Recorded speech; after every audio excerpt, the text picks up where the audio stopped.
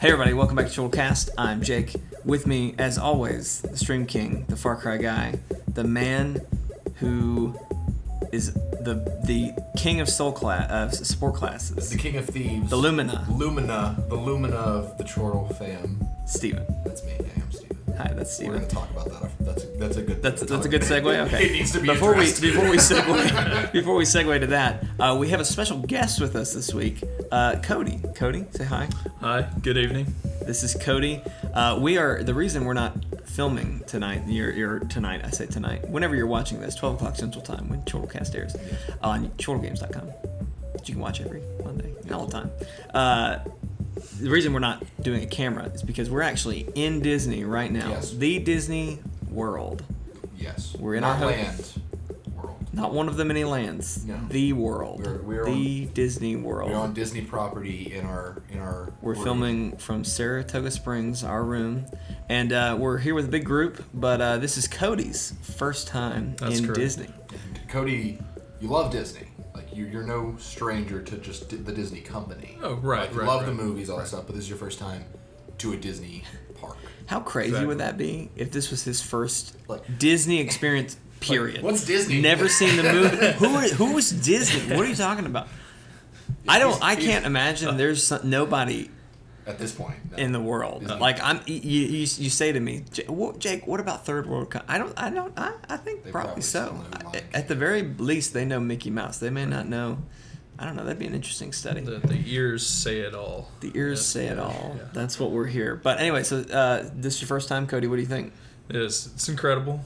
We're only on Day two, and we Day haven't two. done anything. Right. As of recording this, we've only gone To Epcot. Correct. And Disney Disney Springs, Springs. which And- is a mall. Yeah, and it's great because we said to Cody in the car today, I was like, man, I can't believe this is day two. We've only done one park, and it's like the weakest throwaway of all parks, of them. yeah. It's the weakest of all of them, which, week for Disney is still Amazing.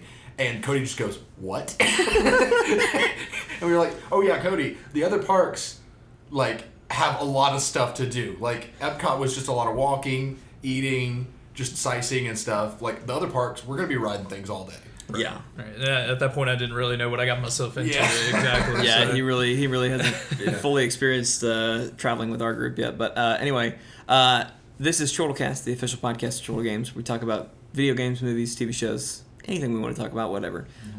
Today we're going to be talking. I guess Steven wants to talk about the Lumina now in I gotta Destiny talk 2. about- Oh my god, I wasn't even going to talk about the gun. I was just going to talk about how annoying I've been this trip. But no, We're gonna definitely talking about we're gonna talk a little bit about our Disney experience so And far. we're gonna talk about, We've had some good fun. We're going to talk about Cody. We're gonna learn a little bit more about Cody before we dive in, Oh, so that you gosh. guys kind of can get a template of who Cody is. But then what we're gonna spend the majority of this podcast talking about is Spider-Man: Far From Home. Yes. We all just went to see it today. First experience at an AMC dine-in full-service theater. I can't go back to these And peasant I theaters. want to talk about that too, but that'll be towards the end of the podcast. I Yeah. will be sure to. I think we'll probably give it like a top level thoughts and spoiler-free thoughts, and then we will dive full spoilers. But we'll indicate that, all that good stuff. But anyway, okay. So before we go any further, we gotta let you people get to know Cody. Before we get here. somebody on the cast, you gotta know them. And, To be on the you cast, you gotta know the cast. Exactly. You know what I'm saying? And we can't just be letting you hear this guy's opinions and not know the man. We got to 'Cause give it's you like- a baseline. Yeah. In lie detector tests, you got to get a baseline. Yeah. To know kind of like what is this person gonna So I think the truest test of that is what is your favorite Marvel movie and what is your favorite video game. So, Cody, to help us get to know you better, what is your favorite Marvel movie and explain why? And character. Character. Okay, Character and that's a good one there. That's a little bit easier one. So I'll probably start with the movie because the character's a little more straightforward. That's one. Yeah. Iron Man, Tony Stark. Yeah. Obviously. That's your favorite fantastic. character? Yes. Okay, all right. Yes. Very very good one. I mean it. As in from comic books or from the movies so far? Both. Both. I would definitely say both. For the longest time, it was Wolverine. Mm-hmm, mm-hmm. Okay. Of course. And I mean that's the same both ways for him. movies probably helped overtake that a Oh, little yeah. bit more Absolutely. for sure. I mean, obviously everything now. Well, I mean, yeah, Wolverine was at Iron Man level status just about. Definitely. If that universe had taken off any further, if it had any further to go other than just becoming the Avengers, but you know. Sure. What about movie? Movie. I feel like a lot of people would say anywhere from Endgame to Infinity War. Mm-hmm. It's hard to compete. Hard to compete with those. I love both of them. I do. I'm a little more standalone when it comes to that. I'm probably gonna say Guardians. Oh, one. okay. Okay. One or two. Guardians. Steven just Guardians okay. one. Yeah, that's one I feel like I can rewatch at any time. Absolutely. That is exactly how I feel. Definitely a work of art. This is why we set a baseline, because there are other people. You who can just trust went- everything out of the mouth of this man. There are other people who literally just did that. Yes, exactly. Exactly. So, and then what's your favorite video game? Favorite video game? It's definitely has fueled my excitement for the now Netflix series that will be coming. It's definitely got to be The Witcher. The Witcher 3, your favorite? Witcher 3, yes. You can trust anything this man says. See, I didn't know that was your favorite game because my baseline for you in video games was Final Fantasy 7 because you're a big Final Fantasy. So. I am, yes. And we talked a little bit about the remake and how you got an emulator on your phone and you've been doing that, but that's cool about The Witcher. Didn't know that. Yeah. I'm learning as you guys are learning. This is good. Every little thing, I feel like I learned something new each time I replay The Witcher 3, and I do really enjoy that. The thing I've talked about this on the podcast before, but the thing I always do with The Witcher is I loved it. It's an amazing game. It's one of the few games that I've played through twice. But I did the stupid thing of starting a new game plus mode on my second playthrough, Okay. solely to get to the DLC stuff, Right. which is higher level than the highest level you can get in the main game. So that just was real hard, and I still haven't beaten Blood and 1. I was gonna Still say It's haven't good. finished. Still It's haven't good. finished. I really you enjoyed gotta it. get in there. No, I don't, because the game is there's always more game to get to. You know what I mean? Until they announce Witcher 4, That's true. I can always go back and play that. That's game. right. Yeah, That's I shouldn't tell you to do that because every time you feel like you have to go head first into a game, we have a Days Gone situation where you don't play games with me until you just defeat the game. That's what you're trying to push me towards here, Steven. No, Witcher sucks. Don't play it. I am reading. I did just start reading the Witcher books, and I know on the podcast before I've talked about how I tried to start the books, but just couldn't get into them. I'm hooked now. Good. I'm in Awesome. them, so I'm loving them. But anyway. Hope that carries on to me too as well. So Well, I would be happy to. I know, Steven, you were asking if you could borrow the book once I finished, but I would be happy to loan it out. But anyway, okay, now we got a baseline of Cody, so we can move on to some other stuff. Hope it's acceptable. So let's talk about our Disney experience first. So yesterday we did Epcot. We were here for 4th of July. Got to experience what do they call the World Tour? What is World it? Showcase. The World Showcase. Had some great grapefruit beer. That was highly recommended by a lot of folks. Me and Steven went crazy on some German pretzels. Jumbo German pretzels. Those things were amazing. Jumbo German pretzels, and they were awesome. With a little Dijon mustard. Yeah. That was the last thing we did at Epcot was we split up where we were like, okay, we're going to watch the fireworks from France. Yep. And Germany was like on the other end. So Jake and I went left, everybody else went right, and we went to go get the pretzel. We stood in line. Steven wanted the pretzel. I wanted the beer. We had to get it. Because all day I got kind of nauseous because the heat got ridiculous. It was we were very up hot. on our feet so much. Definitely. And so I got kind of nauseous. And so there was never a point up until that point where I was like, let's do this pretzel thing. But I knew that I was going to do it even if I brought it back here. Right. So we went to the line, and it got big because everybody was waiting for the fireworks to start. And, so And what better to watch what better Yeah, way to watch celebrate things explode. the 4th of July That's than to literally eat a the pretzel and definition drink of German America. beer? Exactly. So we got in line, and we noticed the pretzels were getting low. Yeah. Which, whenever when I said that, I had like a thought of like, sun's getting real low. Pretzel's getting real low, big guy. I wish I had that thought to say that to That's you. what you That say was- to Guy Fieri when he gets angry. Oh, Pretzels are boy. getting real low. Chicken's getting low, guy. But they're running out, and we just had this moment where we were like, oh man, what happens if they run out of pretzels? And they did. They did. And she was the lady. We were, what, 7, 8 people back from ordering. Yep. And the lady told the man who was ordering, she was like, we're out of pretzels, but it should be, like, we should have more in 10 to 5 minutes. She was like, I really don't know. And, like, I felt bad for that dude because it's like, okay, what do I do? Like, I either get back in the line or what? Like, she can't hold a pretzel for him, you know? Like, that doesn't make sense.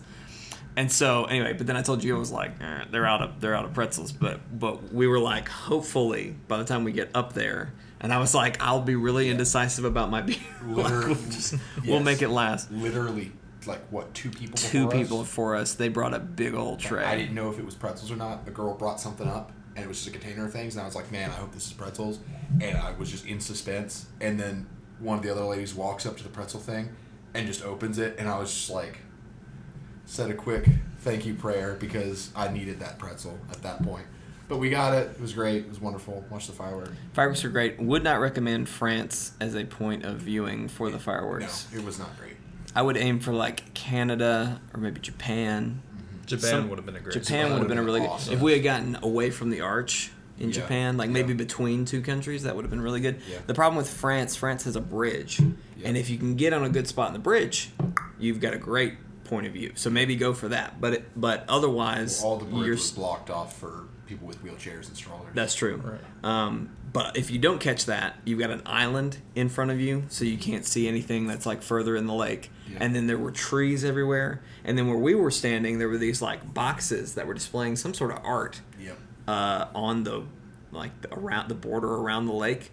And so we couldn't see anything. I could see stuff like way up in the sky, which I mean, most fireworks are up in the sky, but with Disney, there's stuff happening on the water. And Even our bad viewing spot, though. it was awesome. It was awesome. We saw pretty good. The fireworks were great. Probably the most consecutive short-term fireworks I've ever seen. Because like the finale, it was like we they thought were something had firing malfunctioned. We did. Oh, I was ready for the earth to open up at that point. I mean, they were going crazy. I mean, seriously, Yeah. I was, because I mean, this is very morbid, but this is the world we live in. Anytime I'm with a group of people, and especially when we were walking out, and it was just like literally body to body people, my mind always goes to, what if someone just dropped a bomb right now? Like, this would be a great time to just murder everybody. And so when that malfunction was happening, there was a part of me that was like fight or flight. Like, what am I doing? I'm about to run. Find the exit. Let's get out of here. How do we do the this? ducks were But then definitely it calmed down. It was like this was part of the show, and I was like, okay, come back looked down. at the platform where the fireworks were shooting off. It looked like something lit wrong, up because it literally just looked like a fireball just spewing outward. It was nuts. It was daylight outside in the middle of the night. It was crazy. But we rode some. There's not a ton of rides at Epcot, but we rode I'd say almost everything. We started out with Soarin'. That was really Soarin' was fun. great. It was a good start. And it was funny because I've been to Disney before, but any of the parks other than Magic Kingdom, I went like 12 years ago with my family. Exactly. So it was basically like a new experience. I realized at Epcot, I had not ridden any of that before. So it was basically a first time for me too, as well as Cody. Very much on even ground. Yes, we were. So. And Soarin' was great. I loved that. We did Test Track. That was fun. Fantastic! Yes. You guys had a really, really cool car in here. If Chevrolet ever wants to hire some new designers, so we're it. So Test Track, for those that don't know what it is a experience that's sponsored by Chevrolet, where you go in heavily sponsored, but it's great. It's such a fun experience. You go in groups of 2, and you design your own car, and then from that point on, you move over to the ride area, which no one told me what Test Track was. So I went in, and people were like, yeah, it's amazing. That's all they told me. I was like, okay, we're designing a car. What's that going to do? I didn't even know there was a ride at the end. So we're just going. I'm like, oh, we're getting in a car. Okay, apparently we're going somewhere. And I thought it was going to be like, kind of like one of the museum things where we went, lazily Here's how cars were made. Yeah, here's how cars were made. But no. Oh, that's exactly what I was expecting. Yeah. So we basically designed a car, and there were different attributes stats that you were assigning to the car based on choices power, you made. Efficiency, control, stuff like that. Yeah. And then you test drove your car, which the ride is the same no matter what you do, but it analyzes how you had your car efficiency and gives you a score. Yeah, after every single little thing that happens, like there's something that tests the weather, control, and when it does that, you like sway on the road. A Yeah. lot. And then at the end, it's like calculating scores, and it shows you skate like if you have a Magic Band, which is the little watch things that we're all currently wearing. You can scan a lot of stuff onto that. So at the end of our designs, we scanned it on the Magic Band, and then we got to the ride, we scanned it on, so we knew, like the program knew to show those scores at that time. Yep. So Cody and I were paired up. This was the first ride that we got to pair up on. And we immediately knew, like Cody, you even said, like going in, you were like, I bet we can't even make a truck. I bet it's just going to be like cars. My idea was everyone's going to do a car. Yeah. They're thinking they're going to make this thing fast. Let's make a truck. Let's make a freaking and truck. make it fast. So if anybody wants to know how Hot Wheels are designed, this is what we did. We figured out. We made a truck, and basically you got to draw the outline, and we drew the outline, lowered it in the passenger seat so much that the dummy's head would have been cut in half. Yeah. And then we gave it a big booty where like the back went as much up as possible, widened the thing out to where you couldn't even put things in the bed of the truck if you looked at it. No. It was just there to catch air, basically. And so made it. What color green would you say that was? Like a neon kind of. Yeah, it was definitely a darker neon type finish. I mean, it was essentially what was the monster truck? Gravedigger. If anyone remembers Gravedigger. Oh man, which one was that? I'm gonna look it up. Green and black one, but we should definitely tell what our name of the truck was. I mean, I think that's the most important part to it. So this truck was dark neon green, had flames. It had two different. Oh yeah, can't forget about the flames. No, I mean, we knew going in. One of the people that was with us, Callan, she was like, "Oh yeah, we're gonna put flames on ours." And Cody and I had just said that. And we were like, "Okay, don't steal our ideas." And she's like, "Okay, we'll see whose flames are better." Which I mean. Yeah, we did. We did see who's better. We had like two front bumpers, like two different ways to bulldoze through the competition, and we called it the 2019 Chevy Rampage. It was a Rampage, all right. It was a Rampage, and we went in thinking like this car is going to suck. Y'all actually scored the highest in our group. We had the highest score. We lost our minds, and we were sitting next to this probably like 10-year-old little girl who was like, "I designed that," and we're just whenever the scores came up. She was to my right, yes. And I was like, "Oh, I came in third." And I'm like, "Ha! I came in first." Rampage. Rampage. And it continued. Essentially. So we got the highest score out of our group. We won all but one of our pairings, and of course, it being us, when we saw that pairing, we went, rigged. This is rigged. Yeah, eco-friendly. Sure, okay. Thanks, Chevrolet. I was gonna say, I think that's the only category that mine and Lee Allison's won was eco, because we had just designed this really weird looking car. I think because you guys made a Ford Focus, so it was probably cool looking Ford Focus. Ours was like a one-seater, yeah, and it had like these wheels that were like surfboards or something. Oh, it was very nice. Very I did see that. It was cool. Pretty cool. But no, that was good. And the other ride we rode. Mission Space? Yeah, that's the only one I really care to talk about. Same. Yeah. So Mission Space is basically a simulation is a good word, I think. A simulation of what it would be like to go to space and do a mission in space. Right.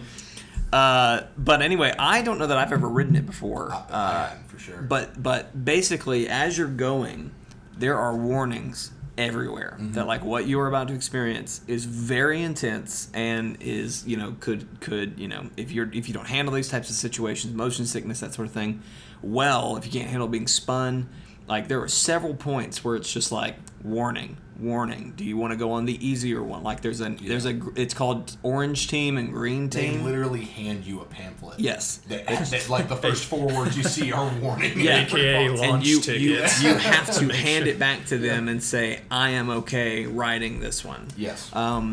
So I was kind of freaking out. It was not that bad. It probably would be bad for someone who could not handle it. But I was a little intimidated. It does intimidate, and it was intense. It was intense. But basically, it simulates you going to space. And from what I could tell, just kind of like looking behind the scenes, it's a spinning ride, and the spinning applies the G-force that you feel. That force was and heavy. it was like, you felt like your it face was was, like sinking yes, a little bit. Yes. But anyway, we were on a mission. So we see like go to space and there's all sorts of things. The two missions were Earth was green and that was easy mode, and then orange was Mars. Yes, and we went orange. And we went orange. We went to Mars. Yes. And like our mission was just like to get to Mars to like pick up another team or something We were like that. going to help with a facility. Yeah, or something like that. But like you had a commander, a navigator, a pilot, an engineer, and so. But anyway, I want to get this hyped up because so we're in line, have not even made it in the door yet, and Steven's already like, okay, Jake, what are we grinding for? We getting Seraphite or we getting? All right, Jake, it's either Earth or Mars. What are we getting? Dusklight shards or Seraphite? And Jake was like, well, Seraphite, but I need simulation. I need simulation. I need to go to Mercury. So yeah, we're already like in a Destiny mood, right? Then we get in there, the video starts playing to like get you in the zone, and effing Ikora walks onto screen. Now, obviously not Ikora from Destiny 2, but like the actress, the voice actress from Destiny her name's 2. Gina something. I don't know. Harris? I have no idea. Surely not. Look that up. I'm Anyway. look that up. Freaking Ikora walks out and I starts Jake, talking. and I said, Jake, it's Ikora, and you were like, oh yeah, and I think you thought that I was just saying, I was in my head, I was just like, oh yeah, she looks like Ikora, you know, and like, she's giving us a mission in space. And then I listened and I was like, wait, really? So but anyway, so yeah, we're already like in a Destiny mood, and then Ikora freaking walks up and gives us our mission. But anyway, it was really, really fun. So I was the engineer, I think. You were engineer. You were That's pilot? right, I was pilot. Okay. Steven, you were the navigator. I was navigator. So everybody had to press a button to do a certain thing. Torres. I was about to say, I don't think it's Harris. I'm pretty sure Harris was who was in the new Star Wars movie, or not movie, game. Battlefront 2. The story parts. I'm pretty sure. Anyway. So we all had different like jobs and like different moments where we had to press a button to make something happen. And so Ikora would be in your ear and she'd be like, okay, engineer, activate cryo sleep. Activate cryo sleep. And when she told us who was going to be doing what, I got cryo sleep and extend the wings. I looked at Steve and I was like, yeah, because that's a great job to give me. And that was intense too, because like as they're giving you assignments, you're standing on numbers. Yes. And we were from right to left. It was me, then Cody, then our friend Ben, who was in it, aka Santa Claus. Yeah. Then Jake. Yes. And when it says the title, a light, like a spotlight, shines down on you, and we didn't realize it until it got to Cody. Yeah. And it was like, oh shoot, like I should have been paying attention. Yeah. So she gave you the idea of what you're supposed to do, and it was basically just press the button on your left. Yeah. Press the button on your right. Each pressed the button twice. When you were called. Yeah. Yeah. I got scared because there were a lot of buttons. There were a lot of buttons. Right. And I just kind of, once we got in, I just was like, well, these are the two buttons I'm going to have to press. What do these do? And I just started flicking things. And at one point, I flicked a button and something went, and I was like, oh, great. Because I'm sure it was just something, something locking into place, doors getting shut, whatever. Yeah. But the moment it was like, click, and it like, oh, it was just nope. I waited for everything to light up, and I just pressed everything. Exactly. There was one point I was like, guys, I'm flipping from oxygen to nitrogen. Which one y'all want? But anyway, it was really fun. So it starts off, we take off, which was... We got in the pod. Yes. And it was that same order from left to right, only this time it was from right to left, but it was flipped. It was me, then Cody, then Ben, then you from left to right. Mm-hmm. And... why were we the furthest away from each other doing this? I'm just wondering. I don't know. I think it was just how we stood. Because we were screaming at each other the whole time. We were. But when we sat down, I even said, like, when we strapped things down, like, the joystick and all the buttons were out of reach. I was like, I really hope this pulls towards us. Yeah. And then when everything closed, surely enough, the entire thing just crept towards us. It was very tight. Cool. It was very tight. Cool. It was really cool. We take off, which was awesome. It was. And then we get up there. Caved in. We took off. And then it was like, okay, I think pilot, like activate second rockets or whatever. Correct. And so Cody, and so it was so fun to me that we were all obviously very hyped, but you and I especially because we were like in Destiny mode. But we were all screaming whatever Ikora said. So it was like, it would be like, okay, pilot, activate second rockets. And we would just go, and we would be like, pilot, activate second rockets. And then like it was activate hypersleep, and I was like, okay, guys, I'm activating the sleep. And the best moment of that is we activate hypersleep, and like the screen freezes over, and it's like, we'll wake you when you're there. It's supposed to be like 3 months later. Yeah. And Steven goes, oh, so this is why the loading screens are so long in Destiny. And then about that time, we wake back up, and we're like, we're in the middle of an asteroid. So we're all screaming because we're like rocking back and forth. Yep. And it's like, so whoever it was, Commander, put on the shields. And we're like, put on the shields, Commander! Right. And then we get into orbit. I extend the wings. That was cool because we kind of like, we did like a boom, like kind of flipped straight, and that was cool. But then we hit something and lose navigation, like automatic navigation. So we have to take manual control. And so it's like... and it's all hands on stick. We all had a joystick. Everybody had a stick. And Ikora like, everyone hold on to your stick and do as I say. And we're like, okay, Ikora. And then she's like, everyone go right. And we all scream, right! And then, go left. And then she says, pull up. And then she said something. Indiscernible. And we all go, turn indiscernible. What? We're just like, what? Wait. And so I don't think, and this is the thing that it's like, okay, if this is the one time we're riding this ride, we're gonna do it as best we can. Yes. But I'd love to know what would have happened if we didn't do anything. We all just started. Like I assume nothing. I assume it would happen the exact same. But because we're all in the zone, it's a fun experience. I'm not gonna deploy the shields this time. Yes, exactly. The asteroids. But like, how funny would it be if it broke? Yeah. No, sorry, I'm not gonna do it this time. And then you would been a good life. Like, what would happen? Anyway, it would be really cool. I doubt it does that. But anyway, that was a really, really fun experience. And I mean, it was made all the more fun because we were so into it. At the very end, we were so hyped that we all started singing "Don't Want to Miss a Thing" by Aerosmith, which don't know if you caught the significance of that. No, I was singing with all my heart, but I had no idea why. The movie Armageddon with Ben Affleck, Bruce Willis, had Steven Tyler's daughter, Liv Tyler, in it. And so Steven Tyler and Aerosmith did a song for it, I Don't Want to Miss a Thing. And it was made for the movie Armageddon, which is about them going into space and destroying an asteroid. Right. And so we said at the beginning, we were like, all right, so who's Bruce Willis? Because in the movie, spoilers for Armageddon, it's been out for 10, 20 years, Bruce Willis stays behind and dies. Dies, yeah. So what I think I even said to because Ben Affleck's character is in love with his daughter, right? Yeah, like that. There you go. Yeah. But I think when I was telling Anna the stories, I was like, well, hopefully none of us are Bruce Willis. And then I went, but Jake was probably Bruce Willis. Because I would sacrifice myself for you, or because I would do something stupid like blow myself up? Sacrifice yourself. Well, actually, no. You've seen Armageddon. I have. He was probably the Steve Buscemi of our group. Yeah. Space insanity. Exactly. That would be me. It basically plays a character in every movie. Yep. He's just crazy eyes from Mr. Deeds in every movie. Yeah.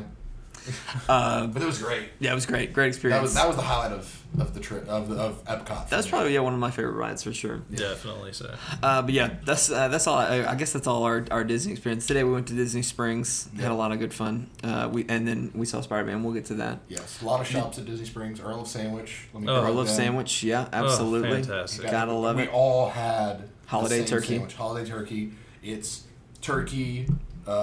Cornbread stuffing, was that it? Correct, yeah. Mm-hmm. Cornbread stuffing, cranberry sauce, and gravy. And mayonnaise, I believe. I got mine without mayonnaise. Okay. Yeah, I think I had a little bit. What losers. Got to get that egg paste in there, you know what I'm saying? Paste is such a gross word. It is a gross word. It was a delicious sandwich. So good. I was telling Cody this as he took a bite, but like, it's so full of other stuff, you don't even notice that there's turkey in there. Like, the turkey's an afterthought. Exactly. It's just kind of like an add-on. Really, you get the stuffing. It's just full stuffing on bread. And then the cranberry sauce comes through right at the end of the bite, and it sweetens it up. It literally just tastes like Thanksgiving.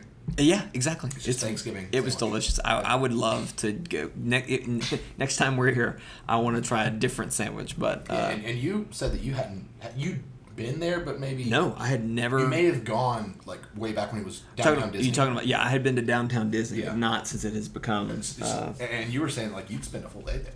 Absolutely. Yeah. I mean, that's what I was telling you. I was like, from now on, I feel like I should plan a day where we do Disney Springs. Yeah, But for me, because when we came in October, that's where Anna and I went when you guys went to Universal. And that was my first time. And what a fool I was. Yeah, exactly, yeah. But that was my first time having a roll sandwich. Right. And he's been raving about it ever since. Yes. I said, normally, you know how you're like worried that you're going to psych something up too much? I even said to everybody, raise your bar. It's not high enough.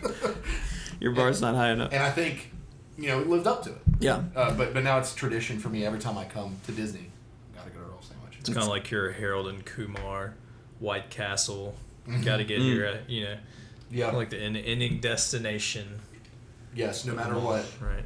There was a lot of places though, like we could, and that's what's. I mean, Earl was good, but there were a lot of places you got to pass up. Like Cody and I saw this place called Raglan Road. Oh, fantastic! It looked like a pub, an Irish pub. It was a pub. Had a bunch of stuff. There was like even an Irish pastry shop that was around the corner. Right. It was like the whole little building, Celtic a group of music buildings. playing, Yeah, Celtic music playing. Oh, it's It was beautiful. great for me because we were walking up and I heard it.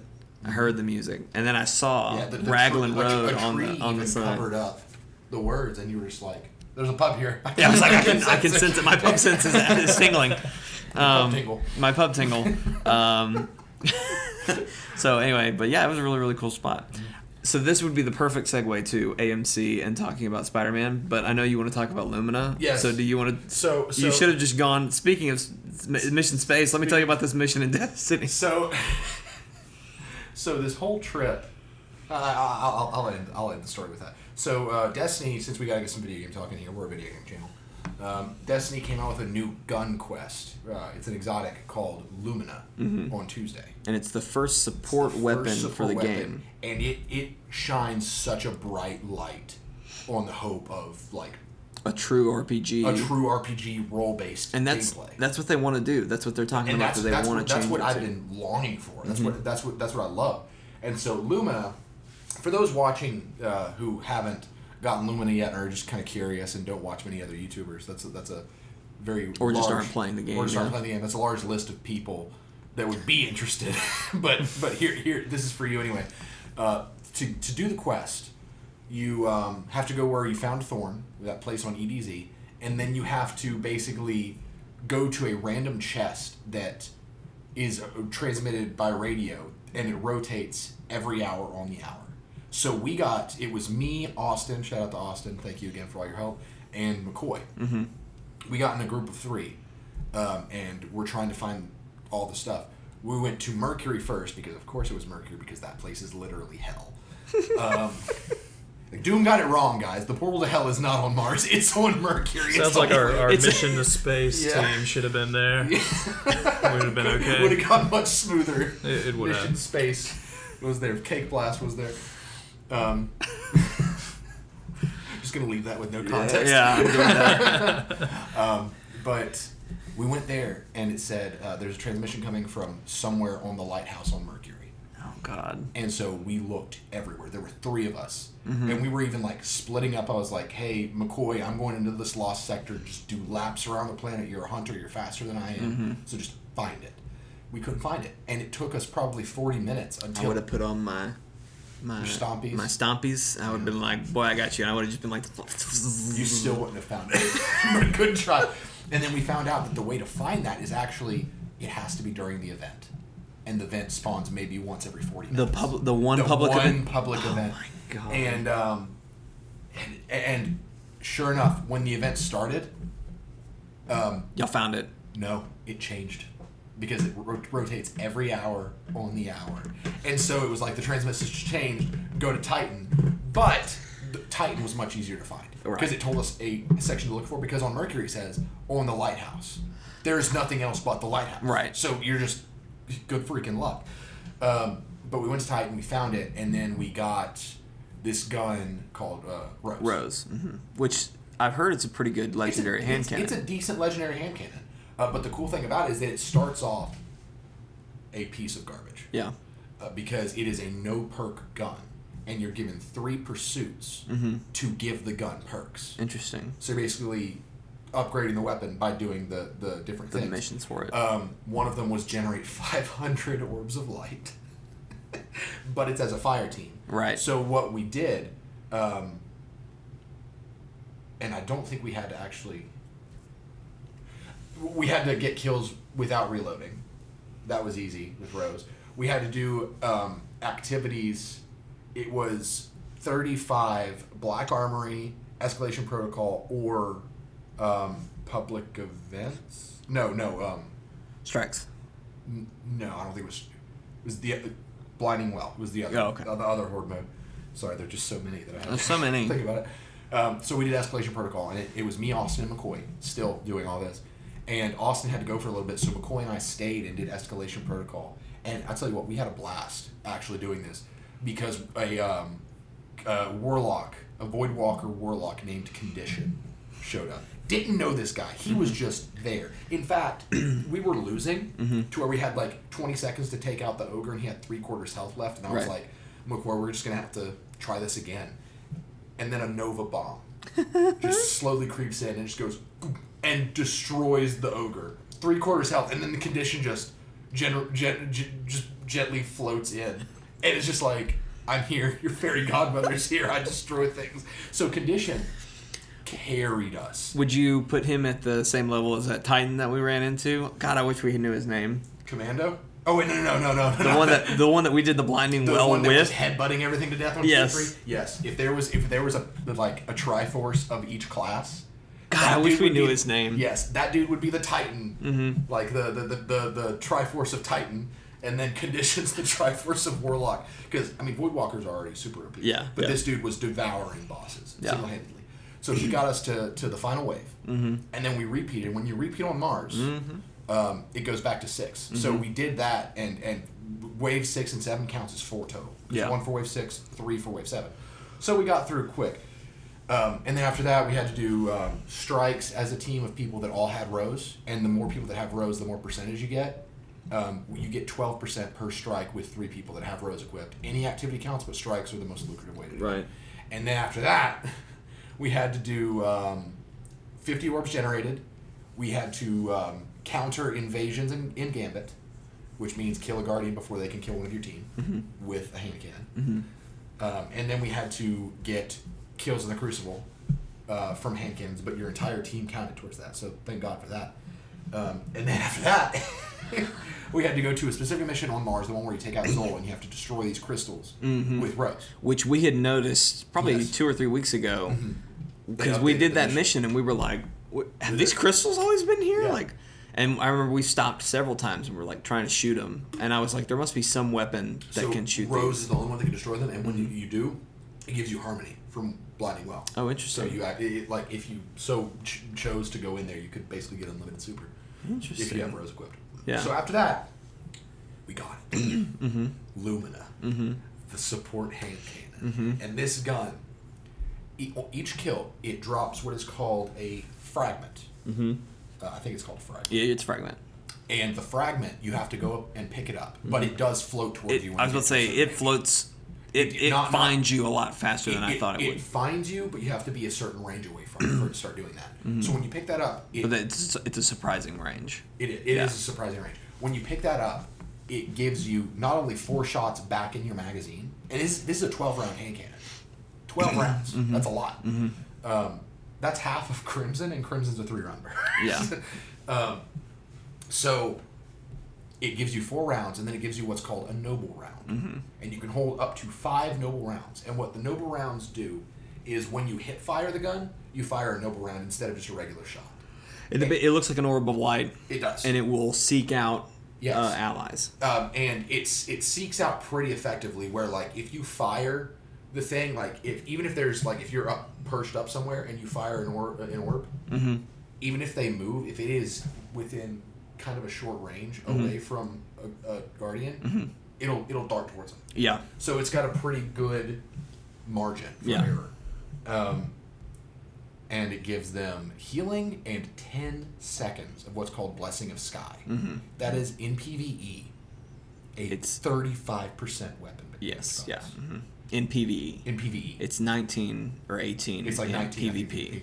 And it not only gives the person that receives it, but it gives you. It gives the shooter a 35 buff. Yeah. And so you could potentially have a guy devoted in the raid holding all of his noble rounds, and on the damage phase of a boss, just go bam, bam, bam, bam, just fire on everybody. Do a 35% damage buff on every single guardian, and you're looking at, I think I did the math, a 175% damage bonus before the person who will also have the buff that shot all of them is even factored into that. So it's total almost 2 additional guardians firing. Yeah. Just from the effort of one guy. That's awesome. That's insane amounts of damage. And the other nice thing with you being a warlock running Attunement of Grace. It procs Benevolent Dawn. Yes, which gets you all your stuff back faster. Yes, it basically fast tracks a lot of my ability cooldowns. And what in the past that does is whenever I heal or buff a team member, so hit you with a healing grenade, revive a teammate, or give my melee buff or the Well of Radiance, I get that. So I'm basically fast tracking my ability recharge, which is why I always told you, Jake, step on my rift. Because it gives me faster cooldowns to get you to more heal stuff faster. But now the noble rounds proc it, so now you're not even going to need to get in my rift this time. Like I won't have to say, Jake, step on my rift, because now I get to choose when I proc Benevolent Dawn, because now you can be doing whatever, and I can have plenty of ads to kill, and I just can go, I need ability. I can pop one towards you, and I proc it. And that is insane. Yeah. Like, and I know I even said back when Forsaken was coming out, I was like, man, Attunement of Grace was made for me. And it totally was. But this whole time I've been like, it just feels like it's lacking. Like, it feels like it's missing something. And that was what and I even said the day before they announced Lumina, if only my healing grenade somehow sought out Guardians. And that's literally what they gave us. And so now I run Attunement of Grace Warlock with Lumina, and I'm literally a support machine. Yeah. And I'm home. I'm home. And Welcome home. Welcome home. And so on this trip, I made the joke, and I've said this. I said this to Jake. I said this to Anna.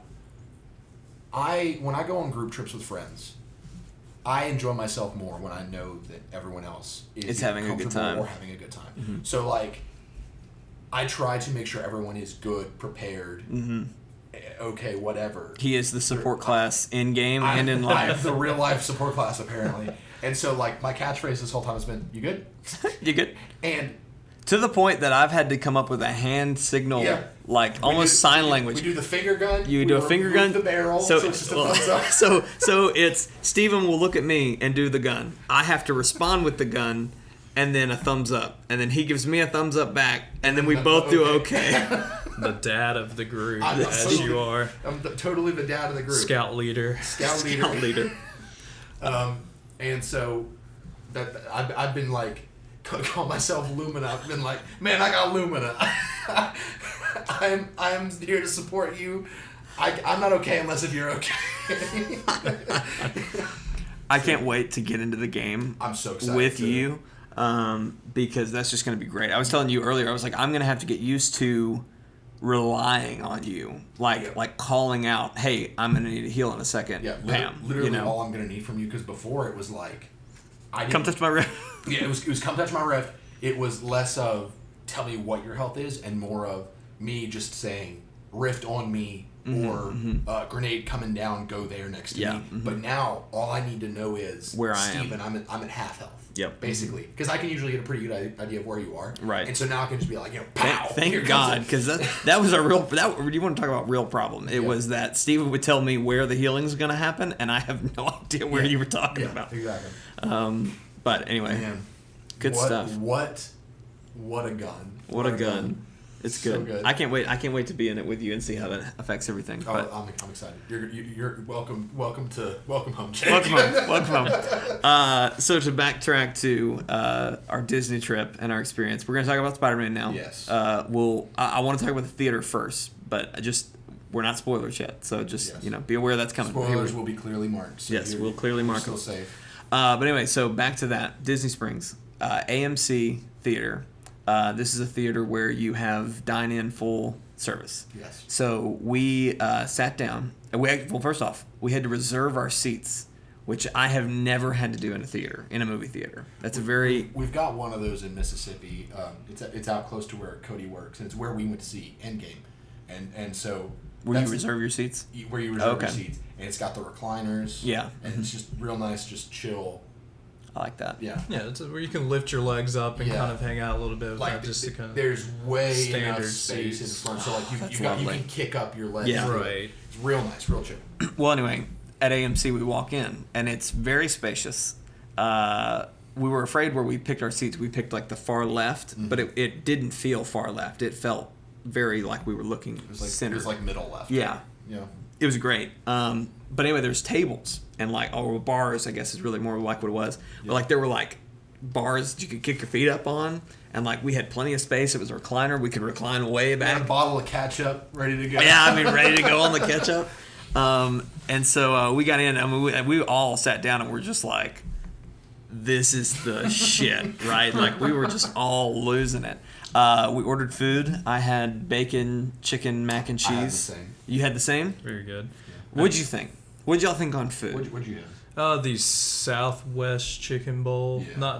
Not far, but I mean I had pico and jalapenos and all that good stuff. I mean it came with chips. I mean it's kind of dip, or you can kind of eat with a fork. Or that kind of deal. It was very good. I think Lee Allison had she just had like chicken tenders or something. Yeah. But anyway, so like the waitress came. So we got it. We got there 30 minutes early. They opened the door 30 minutes early. So we showed up like as they were opening the door. Great experience. Yep. And then we timed everything very well. We did. Very successful. Because it was. Because you sit down and then waitresses come to you and take your order, and they were very nice. They explained how it all works. They were like, "This is a full service restaurant in a theater, so like enjoy your movie." They were so accommodating that I got the wrong drink, and I refused to hit that button because I didn't want to trouble them because they were so nice. Yes, they were really nice. But anyway, we put in an order. It took a long time for the food to get there. Yeah. But I mean, normal restaurants take a while. Sure. So the fact that they're doing movies and because at that point you're getting like, how many people would you say that room sat? Like maybe 42. Yeah, less 50, than 75. Around 50 people. 50, yeah. Like putting in a closer kitchen to at the that. same time. Right. Like that's had a full service bar too. None of us drank. She gave us a disclaimer too as well. There'd be a little bit of wait because of it, but and it was honestly fine because like we got our food probably 10 minutes into the movie, but so we got there at 2:30. Or no, we got there at 2. We sat till 2:30. At 2:30, credits started, or not credits, trailers started. We're watching trailers, and like one of my favorite things to do is like guess the movie within the first 5 seconds of the trailer. So I'm doing that. We're having a good time. We're looking back and forth like, oh man, I gotta go see that. Oh man, I want Hobbs and Shaw trailer. Hobbs and Shaw trailer. Oh boy. This time Upward, they showed Onward. movie. Onward, that other animated movie with Will Smith that Tom Holland's Spies in. Spies in Disguise. That's a Blue Sky animation movie, and it actually looks really good. It looks good. Like they normally don't make good looking stuff, but it looked good. Yeah, I'm interested to see how that turns out. Yeah. We watched several trailers, and then I look at my watch, and I look over at Steven, and I'm like, we just watched 30 minutes of trailers. Yeah, I told Cody the same thing. I was like, man, it's 3:00. It wasn't like, I wasn't midway through trailers thinking, man, what? Gee, are we almost done? Like these trailers are long. Like I enjoyed watching all of them, but then it was just like that was 30 minutes of trailers. Like wow. And then the movie started. Our food came. What'd y'all think of the food? I thought it was pretty good. I thought it was good. It wasn't like, oh man, I got to get back to the AMC for those chicken wings or whatever. It was all right. My mac and cheese was severely lacking in cheese. Yeah, mine was too. But the chicken and bacon was really good. Yeah. The bacon was good. The chicken was okay for me, but yeah. I enjoyed the chicken. It's just that I usually like my mac and cheese with more like cheese, more sauce and stuff. I'll be honest though, the experience of just like reclining back, I had a bowl of mac and cheese, right, and I'm just like in a recliner, just. I had this moment. Trust me, that's what I did. The moment I got my food was in the middle of the first action scene. And I had this moment where I was like eating a bowl, and I was like, "But wait, there's action, but bowl, but action." And it's like I've never had that experience in a theater before, where I had to choose between eating my food and watching the movie. So I was like, "I'll wait for another slow part." I wish like it in a perfect world, and I realize they probably strive to do this every time, but you know, obviously sometimes marks are missed. But like, I wish we could have had our food when it started, like getting it through the trailers. Yeah. But anyway, the experience of eating and having the whole movie was awesome. And that's probably the biggest thing to take away from it. I mean, And they weren't very disruptive at all. I didn't think. Like there was one time I was watching and I noticed there was like a head in front of me and I was like, oh. Yeah, But the I most was, disruptive fine. thing was this kid that was crying during one Oh, of the gosh, action yeah. scenes. But it's like, man, that's no more than I would have gotten at a regular Yeah, movie yeah. theater. Right. So at least here I can AMC, enjoy some if you get a chance, try it. It was a fun experience. I want to do it again. Okay, let's talk about Spider-Man. Yes. So, top level, base thoughts. I'll start. I loved it. I thought it was great. It felt weird in the beginning, but I don't know. And Cody, you can talk about this because you've seen it twice. Yeah. This was your second viewing. correct. Yes. To me, it just it was something was off, but something was off, and spoilers later. I can explain more why. Like maybe there was a reason it felt off, and it played into the story, but it just something felt off. But once we got into the action, it felt a lot better. But the first third of the movie, I was thinking, man, I don't know about this because I went into this movie very skeptical because for me, the MCU, the question of the future is largely in question. Because Endgame, as good as it was, as good as that final act was, it very much felt like a final act because it was like, man, time travel's here. A lot of people are dead. Where do we go from here? It felt like the script was written very much with a sense of we don't care about what comes after this because it very much felt like an end. Right. So with Spider-Man, it was especially in the trailers with them multiverse. Yeah. And just all this stuff. It was like, man, where'd their continuity guy go? Yeah. And that's how it felt. It was like we had landed in this new version of Marvel where they were not concerned with the big picture anymore. Yeah. And so with this movie, I was really afraid that what I loved about Marvel, which was that narrative synergy, was gone. And that's largely not the case coming out of the movie. But going in, that first third was like, oh gosh, where are we going? Yeah. Like by the numbers. And definitely when I saw it the first time just the other day, I mean, that's definitely how I felt about it. It's a little slow to get off. It didn't take very long kind of getting into the bigger parts of the movie on that end. It definitely took off, obviously, but seeing it for the second time and going through that path again, I definitely learned to appreciate it a little more, how everything kind of ended up. But like you said, there definitely was a change to it, a little bit of a different feel. So. And you were even talking about how and this is kind of spoilery, but we won't talk about the spoilers, but it could be, but we'll talk about it later. You were talking about how you noticed details earlier on in the movie, looking for mistakes, specifically in interactions with certain characters, and then you realized that they actually did hold to the continuity. Right. And so that was good to hear. Right. There were definitely things to look out for. So definitely kept my eyes wide open the second time to help with that story. So again, that kind of goes back for me appreciating it a little more. I want to make one more comment before we jump into spoilers because I think I'm realizing after this conversation, you really can't talk about this movie without it being spoilery because it's very difficult. Because a lot of the best parts are huge spoilers. Oh yeah, absolutely. Exactly. I want to just make this one comment that is spoiler free. The beginning of the movie starts with the high school students putting together an in memoria of all the Avengers who have passed. And it was so awkward and so poorly put together. Vision, his photo is so pixelated because it's something probably from he's not even in the photo. One of my favorite bits of the Spider-Man movies so far in the MCU has been those awkward high school videos. It was the perfect beginner's PowerPoint. Yes, on exactly. that end, the transitions and everything. But yes. they talked about what they called the blip. Yes. Which was the decimation, the decimation, and the effects and issues of that, because we were talking coming out of Endgame holy crap, all these other kids have aged 5 years. How does that work? And there was this great moment. It was like a phone video of like the band performing. Greatest and visualization of how yes, and like so it's the band performing and like people are turned into dust left and right, and then it shows another cell phone footage watching a basketball game, and then the 5 years later. Yes, and then bam, there's half the band is there, and like a football player like ran into Instance.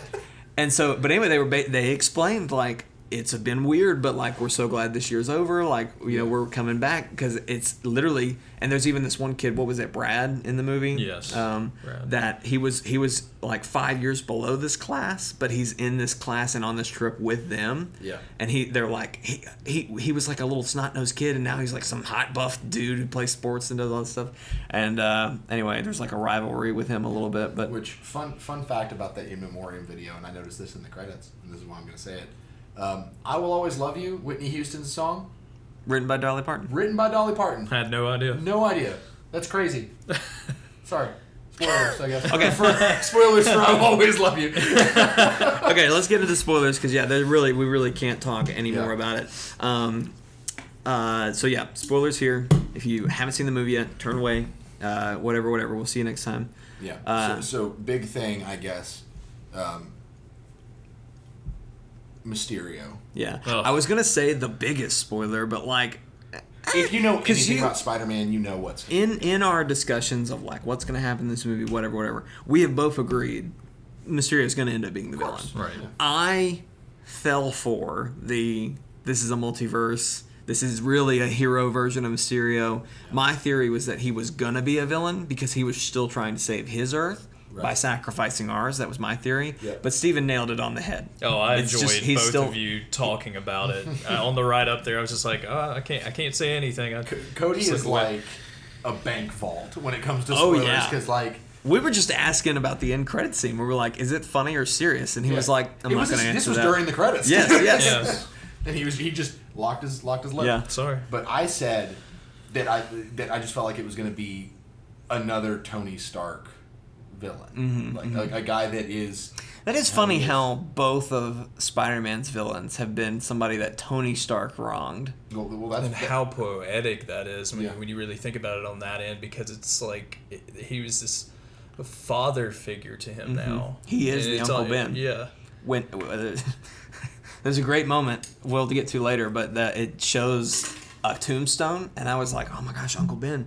But then it was Tony, and I was like, "Wow, okay, yeah, that's really Yeah. what this And is I feel now." like most people kind of expected it, you know. Expected Uncle Ben, not necessarily Tony, but yes, that was really good. And a large theme of the grounded MCU has been the world has paid for Tony Stark's sins, which is why Tony's journey has been so poignant, because we don't see him as the alcoholic hothead very much. That's mostly gone with Iron Man 1, but the MCU as a whole, for the most part, on Earth level, has been dealing with who he was. Yeah. And he's been fighting against that to become the hero that he is now. Yeah. And so I just don't want them to lean on that. I think at this point it's about time where we retire the I am this way because Tony Stark thing, because we've gotten so much. It probably will. I mean, this is technically the last movie in this phase. I'm sure we'll move on from there. So to just put it out there, so Mysterio ends up, is Quentin Beck. He was an employee of Tony Stark.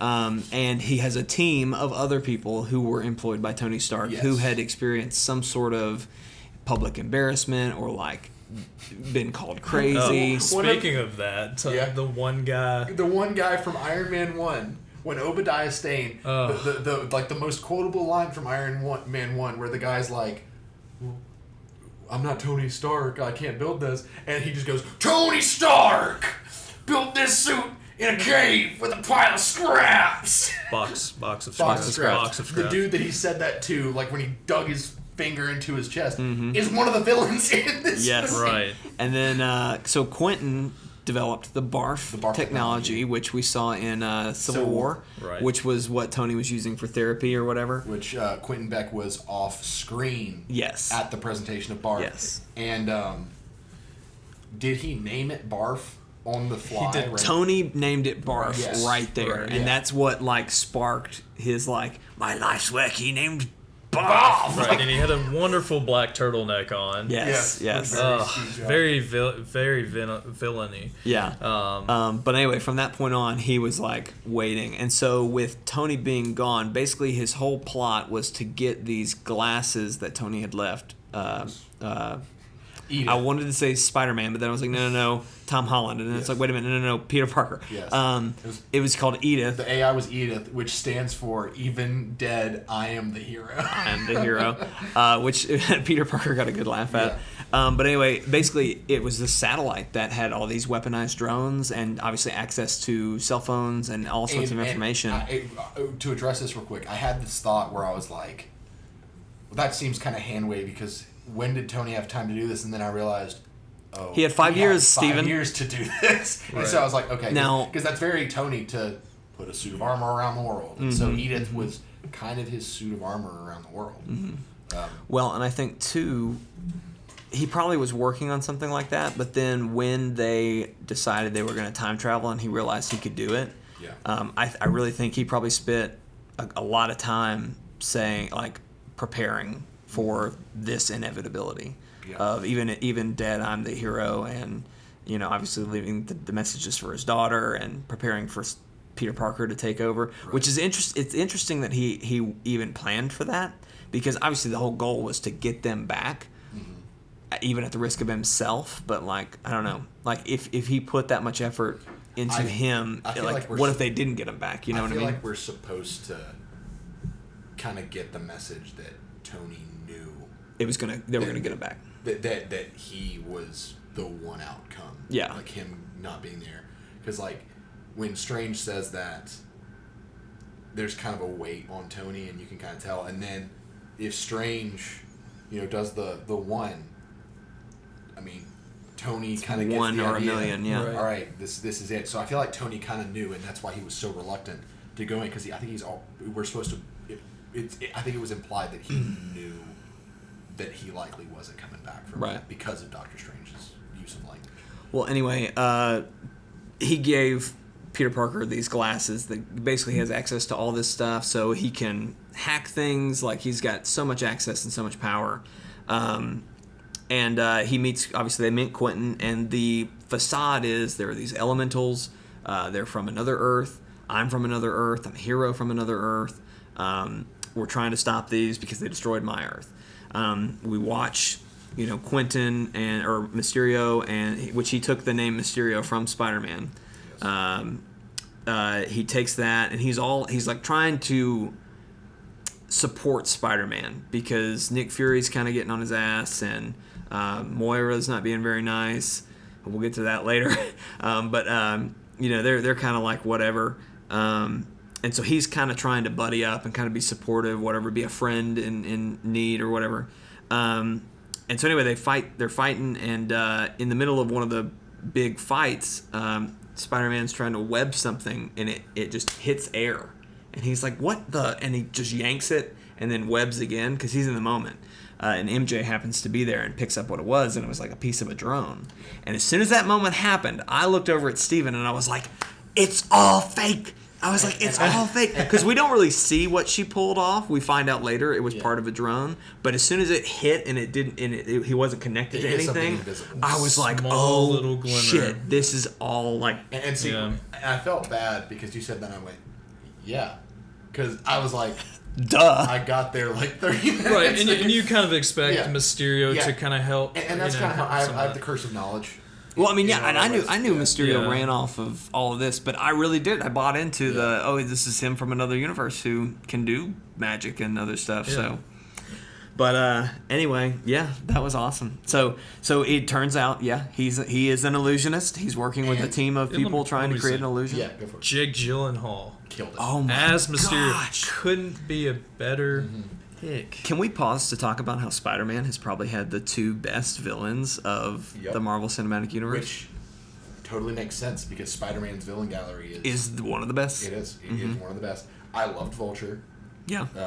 I thought he was the best, like, non-cosmic villain we've gotten in the MCU. Yeah. And then I'd put Jake Gyllenhaal right up there with him. Oh, absolutely would. So let's talk about Mysterio, though. Because you looked at me and you were like, I've got some issues, but that was the best. Like, if you were going to put page to movie Mysterio, like that was it. Plug this character who's really hard to explain because he has a lot of very hand-wavy comic kind of stuff. Mm-hmm. That's how to do it. Because basically the way they did it... He has an army of drones that are projecting images. And they can cloak. Yes. And so they're just basically invisible floating projectors, and to do damage, quote-unquote, the drones are weaponized. They're weaponized. They have like sonic blasts and rockets and guns and bullets and lasers and all sorts of stuff. So they can basically create any kind of damage effect that you need. His team is working and doing everything. Each one of these Stark employees, or former employees. Being like, having worked in live production. Yeah. Like at a news station, at a church. It was so funny because it was like, these guys are like supervillains, and they're talking like they're from a TV station. Yeah, because like that's totally. It felt like because they did a run through. They did a run through of what they were about to do. And like in the run through, I laughed when I heard the line in the actual scene too, because you hear Jake Gyllenhaal being like, "This is for my family." Oh, that was great. That was great. It's like super dramatic, trying to create a scene and everything. He was like, "Roll it back, fast forward to the end. Yeah. Okay, we need to change this." Add more damage. Like it was great. It was great. And Jake Gyllenhaal, the whole time I was thinking like his performance was very likable but a little bit stilted, and the whole time I was thinking like, man, unless if he has a catastrophic change in personality. Oh my God, catastrophic. This isn't a very good villain. And then the moment this is what happens, Peter gives him the glasses, because Peter is feeling the weight, and I love the way they portrayed this. They kind of gave Peter his own. You know how they portrayed Tony's PTSD in Iron Man 3? Yeah. Mm-hmm. This very much felt like the world was just coming down on Peter's shoulders because everyone was looking at him as the next Iron Man. Yeah. And so he gave them to Beck because he was like, "You're a good guy. You're a great leader. You're skilled. You should have it." Mm-hmm. And so the moment he gives them to him, Peter leaves the bar, and the whole room just changes, like, because it was all holograms, and then Beck is like, "Well, that wasn't so hard. Everybody, let's party!" And it's like, he's like, "Get this stupid suit off me!" Oh, it was fantastic. Changes to the most drama queen, like, movie director. Yeah, and he nailed it. He felt very much like Nightcrawler, like his Nightcrawler film. Have either of you seen that? I haven't, but I wanted to. Like, if he had been a leader in that movie, he was very much kind of like a creepy guy. But that he very much pulled from that. It was really nice. But anyway, yeah. So what do we think about that twist? I'm glad it wasn't, here's the multiverse, bam, like the whole thing's here. I'm glad about that. But and honestly, the outcome we got, in my opinion, is way better than any outcome we could have gotten. Where they were like, here's the multiverse now. Yeah. Like, here it is. A Spider-Man movie. I do want to comment on the line that you kind of were like, well, I feel I feel bad. Like, this is a finger to everybody. There's a moment when Beck reveals his plan, and he's like calling out. He's like, "Hey, you!" And we're seeing all these people from Tony's past. It's like, "Man, you did great planning that. Man, you did such a good job here. Janice, you made a great outfit. Whatever. Bill, your writing, man, that multiverse shit, man, they bought that. They'll believe anything right now. I've got a cape and I've got lasers. So they'll believe anything I say. And it was very much like, okay, yeah, like, and I hate that because, like, one of the things I hate most about Last Jedi is how it very much just felt like you're stupid for wanting to have theories. That's how Captain Marvel felt. That's how this one felt. And I even said a while ago, I was like, I hate this culture that in like fandoms that's headed towards making your movie to make the audience wrong. That's not how you tell a story. Right. And in this movie, and I said to you, they could have done this just fine without. It could have just been, "Oh man, you're writing about those aliens coming down. They'll believe anything at this point." That it didn't have to be a multiverse. And doing the multiverse thing definitely was a huge dick move. Yeah. I understand where you're coming from, and I feel that a little bit. I just don't hate it. Like, I take it tongue in cheek, and it's like, they did get me. It's very little. Yeah, I mean, I think that's the thing, because if obviously they put it in the trailers. Yeah. So that's where the spark kind of came from. So if they had not used that line in the trailers, you'd maybe be better for it. I would be a little bit better about it. Yeah. But it very much felt like Captain Marvel. They were like, oh, we got to beat the Skrulls. We got to get the Skrulls. And all these people were like, oh, we're headed towards secret invasion. And then it was like, just kidding, you were stupid. Oh, didn't you learn your lesson about not judging people by their covers? And I'm over here just like, no, but I'm really pissed off that you're not going to do secret invasion. Yeah. And it just feels like they're punishing those people who have that commitment to the franchise. Yeah. Because those of us that do have the time to theorize and speculate, we're the ones that consume the most Marvel. Right. We play the games, we read the comics, we watch the movies, we watch the shows. Yep. And they're poking fun at us. Yeah. And that just that felt wrong. I don't feel as strongly about it, but I do think and I don't feel strong enough to where it affected my opinion of the movie right. itself. Yeah, exactly. But I do think it is nice that they're planting that seed, because that may potentially come up later. And I think the Into the Spider-Verse was a good thing to happen, because people understand, the concept of multiple Earths in multiple places. Like I think the general public, and especially people who would go to a Marvel movie, have a better grasp of what that is when you say multiverse. And so if you keep dropping it in here and there, eventually, yeah, I'm sure we'll get there. Right. But I really liked the whole plot with MJ and them, their interactions were cute, and I liked that whole bit. I don't hate MJ, but I don't know why the way I feel about her is I like her character. I just don't know why she had to be MJ. I kind of feel the same way. I really like Zendaya and her character that she's portraying here, Michelle. I love it. I like her and Peter Parker together, and her and Tom Holland. Their interactions do have are very good chemistry on camera. It doesn't bother me that much because she's not Mary Jane Watson. Right. She's just Michelle. What I'm kind of starting to come to grasps with is, and especially with the MCU, and especially in regard to Spider-Man, is that this is just a take on Spider-Man. Yeah. This isn't the Spider-Man. Right. This is a take. And I feel like part of that, the reason they're kind of diverting so much, is we've had 3 Spider-Man franchises in the span of my lifetime. Yeah. And not even my whole lifetime. It almost feels like they're making themselves new source material. Yeah, it's kind of like getting away from having to do the Uncle Ben thing again. Yeah. Like, why should people have to sit through this again when they know probably at this point and that's why, to me, and again, this is a very small complaint, but to me, I'm glad that they're not doing Mary Jane Watson. I don't think they even needed to call her MJ. And I think the MJ thing was, what we're supposed to take away from that is just them saying, this is the love interest. Because it's established that MJ is Spider-Man's love interest, but it just felt forced and a little pandering to be like, oh yeah, call me MJ. Because it's like... I called that 100%, by the way. I just want to say that. Because to me, it was just, you mentioned that every single time we're even It adjacent to this topic. I'm not going to lie. It is the most proud thing I've ever called in a movie. And I don't care if everybody knew that. I don't care. Because I called it to a T of how it would happen. We're infamously bad at predicting things. We are. So I got to take my wins. You know what I mean? But what I'm proud about is that I literally nailed the line of how she would say it. You did. Because I was like, they're gonna do something, and then she's gonna be like, oh yeah, call me MJ, and that's literally what happened. Yeah. So anyway, but I don't know. I just feel like they really didn't. She's not the MJ we know. They didn't have to call her that, but I love her character. Yeah. I love what they're doing with her character. Yeah, I like that too. But when you get down to it, people hate on MJ because they're like, oh, she's a terrible love interest. She's useless and stuff. This is different. This is different. Let her be different. Don't make that conversation where people can be like, she's nothing like Mary Jane, because good or not, Mary Jane Watson is still a character that is beloved. And I think they've done a good job of that so far. Yeah, they only name dropped MJ once, but I hope it stays that way. I hope they never try to make her. I don't think they will. I think they did. Like you said, to signal, hey, this is the love interest. This is where we're going. Yeah. But yeah, I thought it was all good. I really like those two characters and them finally kind of getting together, and I'm excited to see where that goes from here. Yes. It did feel a little, like I know obviously it was supposed to feel a little bit awkward, them two kind of like getting together and figuring it all out.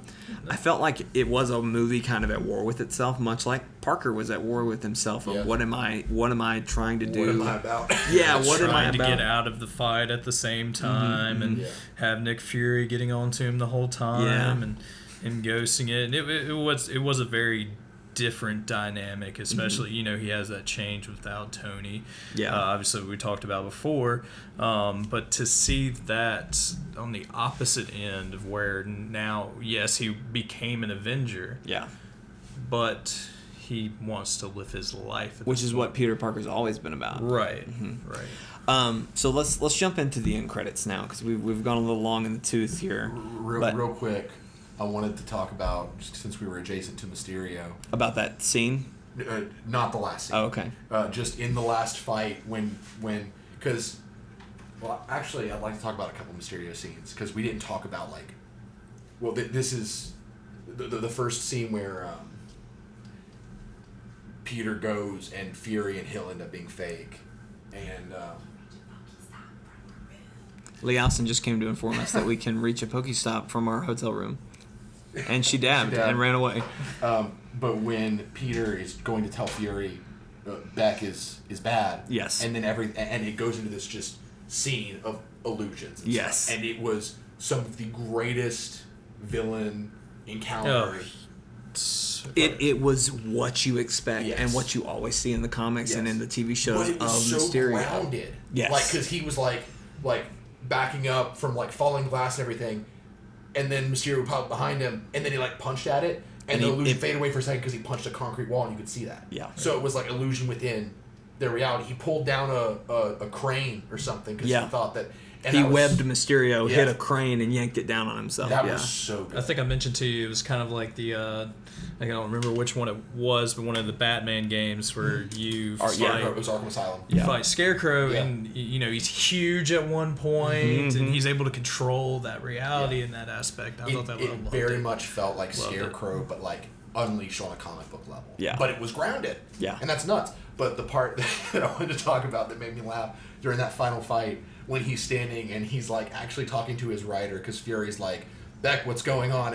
And he's like, Bill, give me a line. I didn't expect this. And he's got he's got a pamphlet of lines. He's got a pamphlet. He's looking, and Beck's like, it's pulling power from the Earth's core. It's too much. It's going bigger. I'm gonna have to hold him off a little bit longer. At this point, Fury has been informed that it could potentially be false, and he looks back and he's like, "That's a load of bull crap." That's some BS. That's some BS. I love that. That great Fury fashion. So to segue into end credit scenes, I'm going to talk about the last one first, just because of where we landed. Your complaint coming out was, man, Nick Fury is he's an idiot now. Yeah. We experienced Captain Marvel where he was young, unexperienced compared to where he is now. Yeah. And our complaint was man, they just made him look stupid. Kind of ruined Nick This is his since first movie coming, really being kind of at least at the same level he was in Marvel of a character.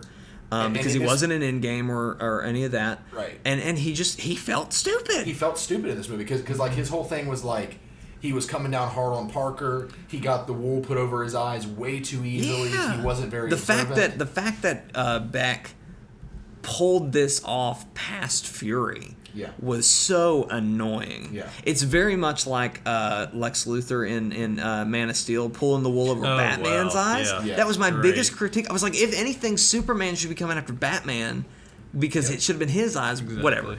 Anyway, that was the level of what the heck is happening? You just expect this to be a multiverse. Yes, all of a sudden. exactly. I figure Nick Fury wouldn't have just fell for that. He would have done a little bit more. Oh yeah, this guy's a hero. Exactly. Cool. And when the credits rolled, I had that loaded in my gun. I was about to be like, Fury was an idiot. And then the scene happens. So it's Moira and Fury driving in a car.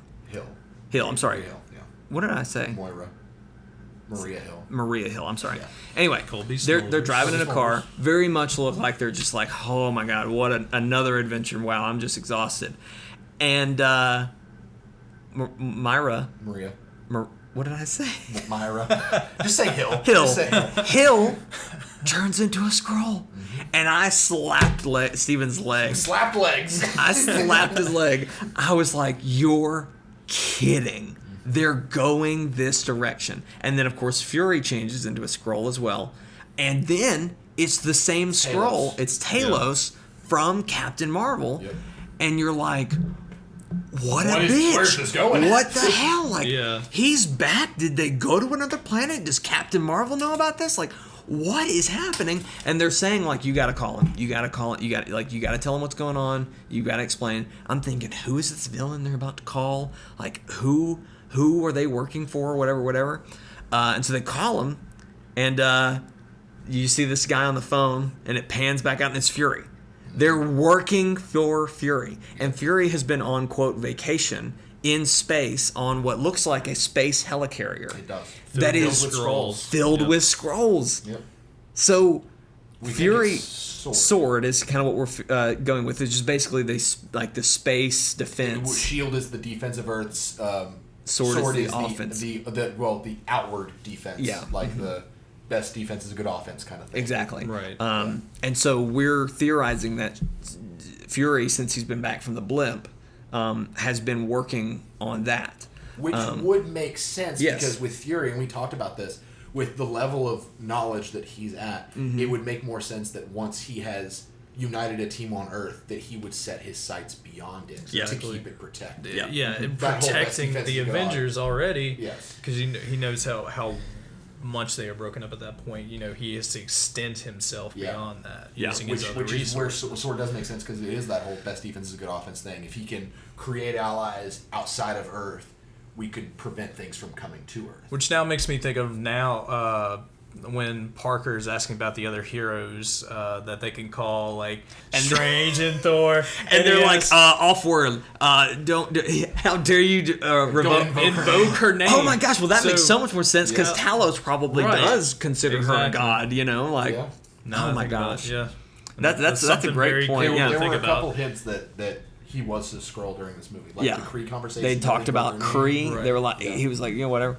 And he very much felt like Talos, like from the first, like some of the lines looking back now, I was like, that did sound like something It was he would very have said. more The way it was lax than delivered, Nick yeah. Fury would be. Yeah. And so the question here is, Bitch, please, you've been to space. the question here is, when was it Talos? When was it Fury? That's exactly. So I came out to Steven, and your question was, has it been Talos the whole time? And I don't think so. No. I think we've had Fury, but the real question is, how many times has he done this before? I think that it was Fury with S.H.I.E.L.D. It was Fury in Age of Ultron. Yeah.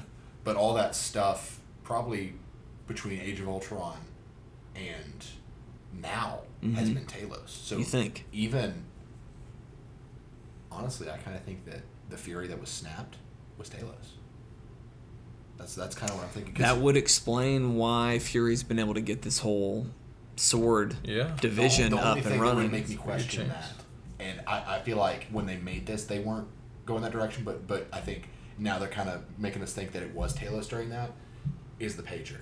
Yeah, that's what I would think. I feel like Nick Fury himself would not have that. He would not give anyone else that. Right. But to me, it kind of makes me think that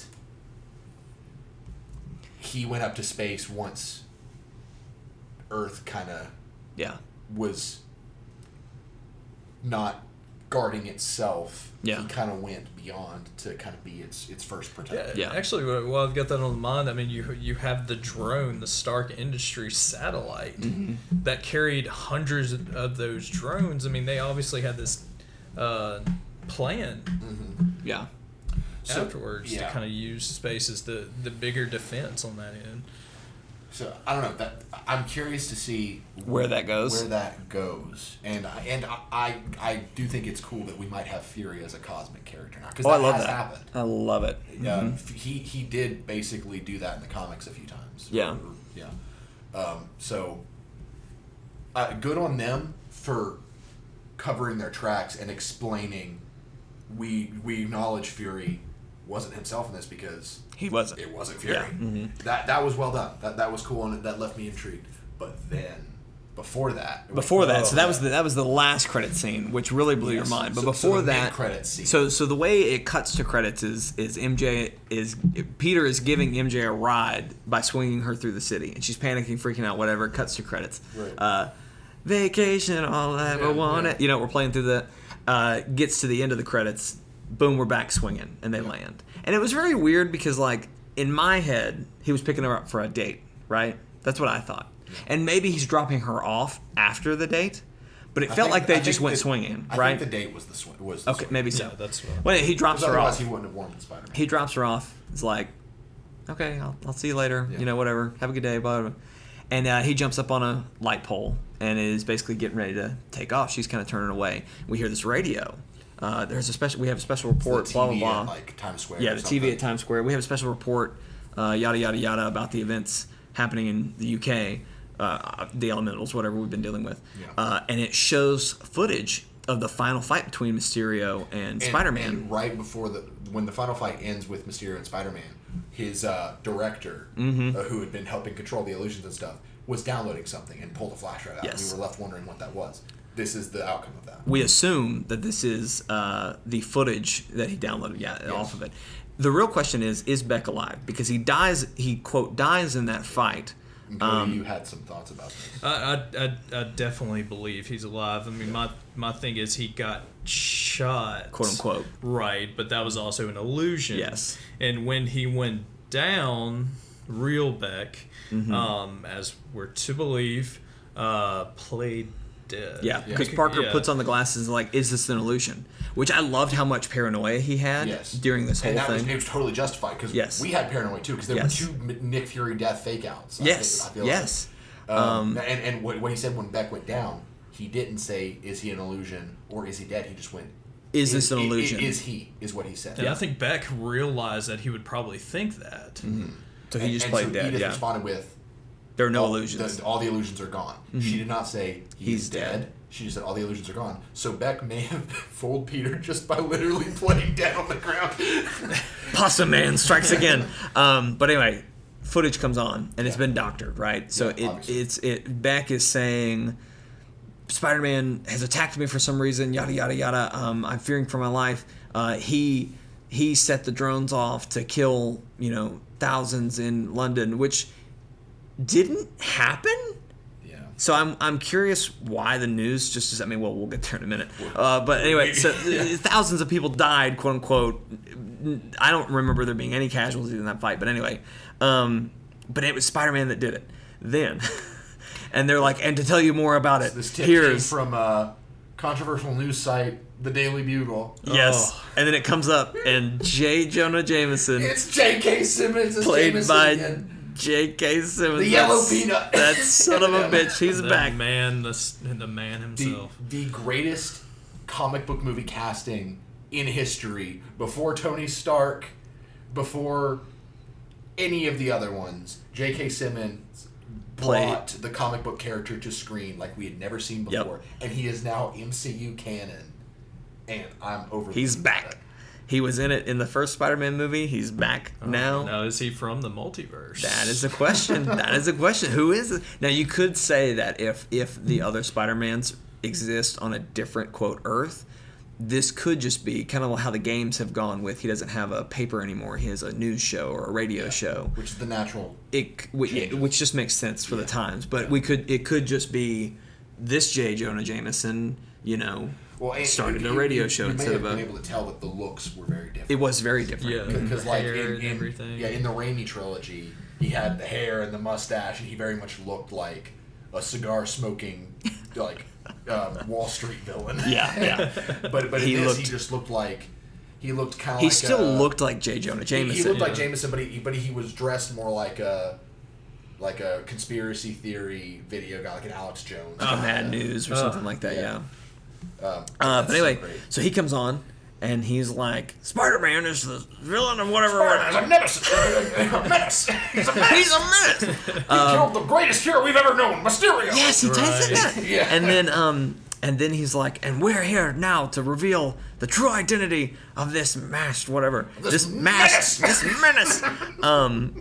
And they are like, Spider-Man is Peter Parker, and shows like a picture of him and everything. And they hesitated to do it though because the footage glitched out. So it was like, Spider-Man's real name is Pete, and then it glitched out, and I was like, oh, well, maybe they don't have it. And he went, Peter Parker, and it was like, oh no. That's the exact face Spider-Man made. Spider-Man slaps it. He does the scream. He did the homage to Homecoming. Yes. When at the end, May sees him as Spider-Man, she goes, what the? And then it goes to credits, and in this he just goes, what the?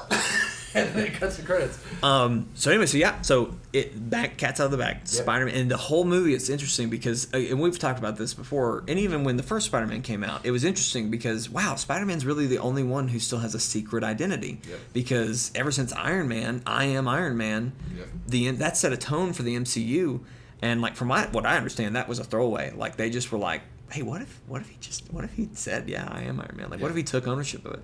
And then that changed the whole universe. Because like back then in the Marvel universe, that was, I can't remember if it was around the time Civil War was happening, or it may have been right after. But secret identities, like the comic books, not the yes, movie. yeah. Secret identities were so big in superheroes back then, and then Iron Man 1 came around, and Civil War ended, and suddenly heroes didn't really need secret identities. Yeah, that was the big deal. It was kind of like the main Avengers too, because I mean, even Hulk got his thing in Endgame. You know, when he became Professor Hulk, they were just like, "Oh yeah, here he is. Yeah, kids, you want to take a picture?" So anyway, Ant-Man. And you had some interesting thoughts about. I want to get to that. So he's revealed. Yeah. You pointed out a really interesting parallel of between Tony and Peter. Tony owned it and was, I am Iron Man, and this has been thrust upon Peter, and he's, it ends with him screaming no. Like, this is it is an interesting parallel. Talk about what you can especially think. I mean, you have the beginning and the end of the phase, as you say, at that point, but with Tony kind of owning everything and getting out of his mistakes and becoming that exactly, and Peter throughout the movie having to battle with himself, like, I just want a normal life. I don't really need to do this. Now that is not an option. Yeah, and I'm gonna leave the suit at home, which he ends up getting. But it's almost just kind of like fate took a hold of him and it's just like, hey, you really don't have a choice. Yeah, because there was a whole thing where it was like, which choice you're going to make? Are you going to choose that life or this life? And then, like you said, fate decided. And even Mysterio, he has some lines in there, even though he is the villain. Spider-Man has taken this idea on himself and he continued to push it away. Yep. And when he's finally kind of heartbroken after he finds out Mysterio does turn on him, he takes takes the initiative to stop him and everything. So now he kind of has to face the facts that everybody knows who he is. I'm really excited to see where it goes from there. And so we think that they are going to, like, they owned it that May knew. Yeah. And how supportive was she? You know what I mean? She was great. Like even Aunt May in the comic, which I don't guess really Aunt May is usually one of the people that doesn't find out. Yeah. But she was just like... She always ends up knowing. Right. Aunt May. As I named her. Yep. But she was like so cool about it, like packing his suit and like doing this and charity events, using him for her charity events and stuff, which was kind of funny. But what was I gonna say? I don't remember. Well, I want to kind of wrap our conversation, because I think I think we can all agree we're excited to see what happens next. That's what I was gonna say. Yeah. May found out in Homecoming, and she stayed knowing in this. So do we think that it is going to be a thing where from this point on in the MCU it is established Peter Parker is Spider-Man, everyone knows it? Or do we think that they're going to hand wave it away to where it was like, oh, that was just from the Daily Bugle and they're a bunch of whack jobs? So I have several thoughts on that. Yeah. Number one is, do you remember in Spider-Man 1 when, or no, it must have been 2, when Peter Parker stops the train 2. And it almost kills him? Yeah. And the people like have to catch him and pull him back in, and they're like, he's just a kid, like he could be my son's age or whatever, yada yada. And then I'm also thinking about when Lex Luthor in Justice League animated, he like takes over Flash's body, escapes, and he's like, well, now I can find out I can know who Flash is. Pulls the mask off. I have no idea who this guy is. So like, I'm sure obviously the people in Peter's life were like, what? But half the people in Times Square were like, huh? And now I'm kind of wondering because, like, the thing is, yes, you know, the school that he goes to, but even MJ's like, I've been the only one that's really paid enough attention to you through this entire thing. And they even made a big deal at the end of Homecoming. Vulture telling Scorpion. Scorpion was like, so who's Spider-Man? And Vulture was like, if I knew, he wouldn't be alive. Vulture didn't tell Scorpion who Peter Parker was, and so it was almost like they were going to use that leverage over him. I forgot. Yeah. I forgot that even happened. Yeah, you're right. And so now I'm just like, man, that feels like it felt to me, and I'm not gonna like judge the movie based on that, but it felt to me like that this was too soon. This was too soon for the identity reveal. I feel like we needed a Sinister Six storyline before he got outed as Peter Parker. Yeah, that makes a lot of sense. But it could be what sparks that is that now they know who he is. Now they're coming after him. Yeah. So that's my first thought is who cares who this kid is? Yeah. Will he be considered a menace? Like will he be able to, like, I mean, we're talking about the whole theme of the movie was who's going to place Iron Man. Spider-Man can't replace Iron Man if he's viewed by the world as not a good hero. Right. Which, like, in most stories, J. Jonah Jameson's the only one that really hates him, right? But so that's an interesting question. Does this mean he's not in high school anymore? Like, does he become a full-time Avenger? Does he, you know, like kids who are in movies, they have like personal tutors and stuff? Not that Parker needs a tutor. I mean, we saw in this movie he's very intelligent, which I loved. Like, any complaint I had about Peter Parker in the first movie, I felt like they totally covered in this one. The spider sense was a huge part of this movie. We saw him, like, geeking out over information. And then, like, when he starts making a suit, and there's this moment where Happy, like, is like, this is good. Like, this kid is Tony. He says, he's like, you do the suit, I'll do the music. And then he puts on Back in Black by AC/DC, and he goes, and Peter goes, I love Led Zeppelin. Oh, fantastic. Which is such a young kid. But I loved how smart he was, and it's like, okay, there's no question that this Peter Parker is smart. And I love that because I think when Homecoming came out, I said that one of my favorite things about his Peter Parker portrayal is that in chemistry class he's making wet fluid in his drawer. Yeah. That's very good. I love that. I love the seeing Peter do engineering kind of things. But I do think that he was a little stupid in this, like gullible. Well, but I mean, and Peter is kind of gullible, but he's not. He's normally not that gullible. I think anyway, it's fine. But it was just again a portrayal, and this is a younger Peter Parker than what we're used to. Right. But I think that's what Happy kind of talked to me about too, because I mean he Peter breaks down. He's like, I miss him. Mm-hmm. You know, this is what's going on with me, and it just runs through his head constantly, and he might not always show it. And Happy's like, you can't be Iron Man. Yeah. You won't. Yeah. Mm-hmm. You know, but that's not who he wanted you to be. Right. You know? I got us sidetracked. I want to steer us back to the conversation I was about to get to. So back to what happens next. Like you mentioned, how do people handle him finding out his name? I've gone down this whole rabbit trail now. I want to come back to my second thought. Is there is a storyline where Doctor Strange and Fantastic Four, Mr. Fantastic, what's his real name? Reed Richards.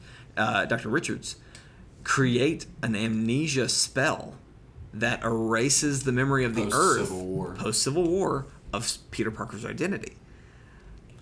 I don't think they'll do that.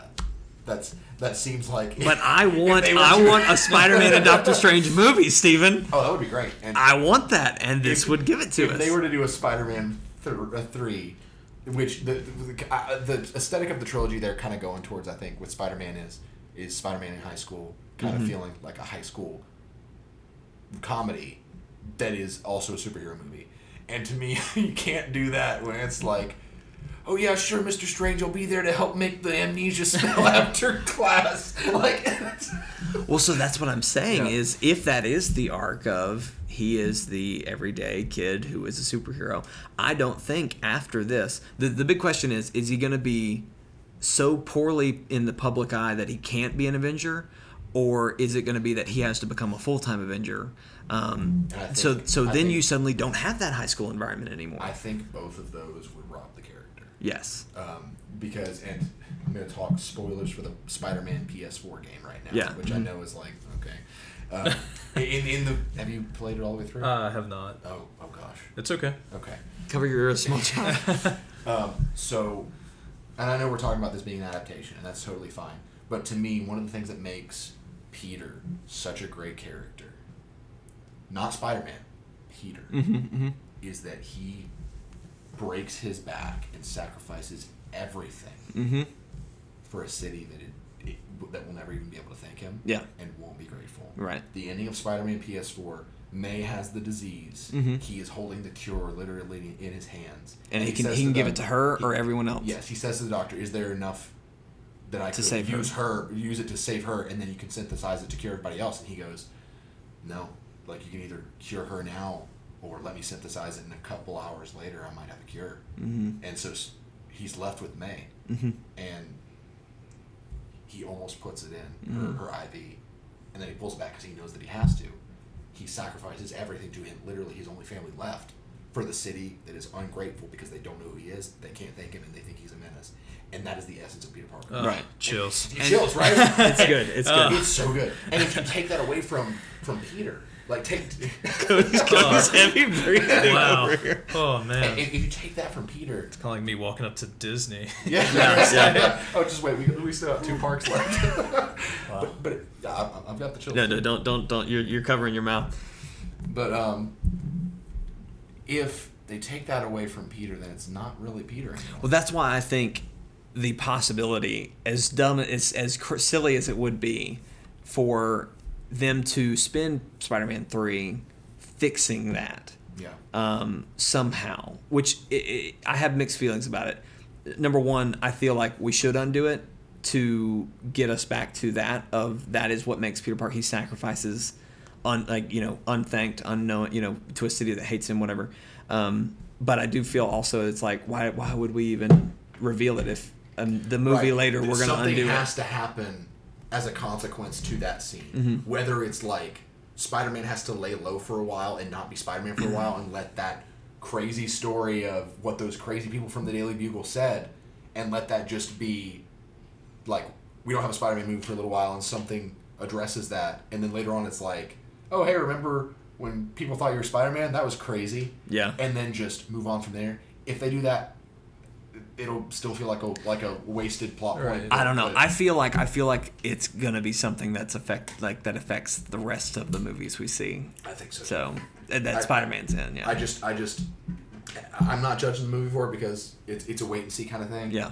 But like, if you make Peter publicly Spider-Man, you rob the writing of the character. But again, this is such a different take on the character. It is a different take. That it could go in a really interesting way. Yeah. It's just, I have a hard time separating Peter Parker from Spider-Man. Yeah, yeah. And it's fine with adaptations. And I was telling Cody, Star-Lord is like my favorite Marvel character. Right. And as much as I love Chris Pratt, love James Gunn, love Star-Lord, they missed the mark with the film adaptation because it's not the same guy from the comics.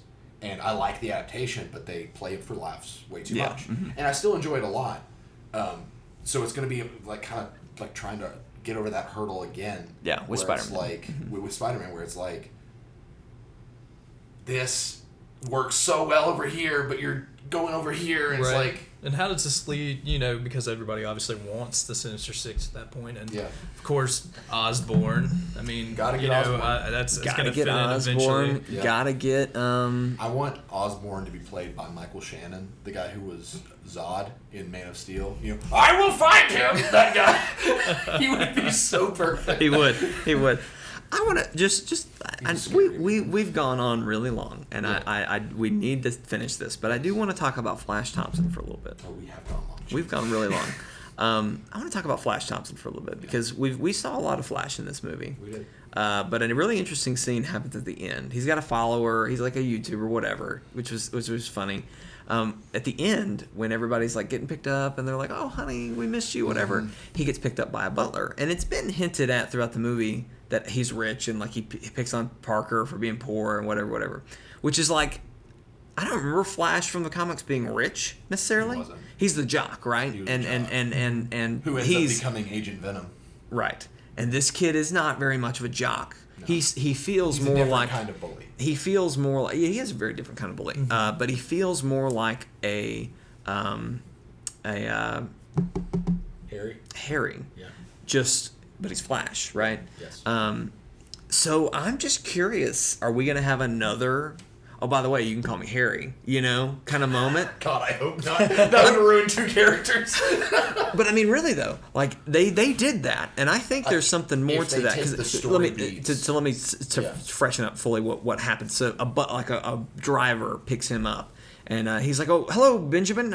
Mother couldn't make it." And the guy just kind of shakes his head, and Flash is obviously like very disappointed about it. Number one, it's not the first time. Right. And it could just be something as simple as, "Oh yeah, Flash is that rich kid who his parents don't care about." And it kind of explaining a little bit like this is why he's the way he is, because he doesn't have. He doesn't get that love at home. And they did have when Peter put on Edith earlier in the movie, and he could see people's texts. It said something about Flash and his mother.